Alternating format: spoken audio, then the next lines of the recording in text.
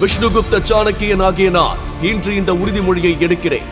மகத நாட்டின் நந்த வம்சத்தை அடியோடு அழித்து தகுதியான ஒரு அரசனை அரியணையில் அமர வைக்கும் வரை என் தலைமயிற்றை நான் முடிய மாட்டேன். இது சத்தியம். சாணக்கியர் என்று அழைக்கப்படும் ஆச்சாரிய விஷ்ணுகுப்தா கோபத்தில் இந்த உறுதிமொழியை எடுத்த போது நந்த வம்சத்தின் பேரரசர் தனநந்தன் சாணக்கியரை கேலி செய்து சிரித்தார். ஆனால் சாணக்கியர் என்னும் மகா சக்தி சாத்தியமற்றதையும் சாத்தியமாக்குவதில் கைதேர்ந்த வல்லவர் என்றும் தனது தலை சிறந்த அறிவாலும் ஞானத்தாலும் எதையும் சாதிக்கும் வல்லமை உடையவர் என்றும் அந்த அரசன் அறியவில்லை. மேலும் சாணக்கியரின் அறிவார்ந்த கொள்கைகளை பின்பற்றியதால் தான் சந்திரகுப்தனை போன்ற சாமானியர் கூட மகதத்திற்கு மட்டுமின்றி இந்திய நாட்டிற்கே பேரரசரானார். அத்தகைய சக்தியும் அறிவாற்றலும் வாய்ந்த மகான்தான் சாணக்கியர்.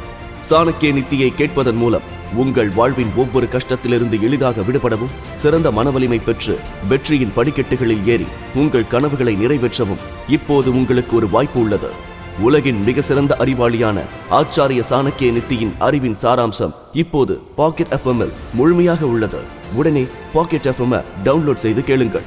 சாணக்கிய நீதி லிங்க் டிஸ்கிரிப்ஷனில் கொடுக்கப்பட்டுள்ளது.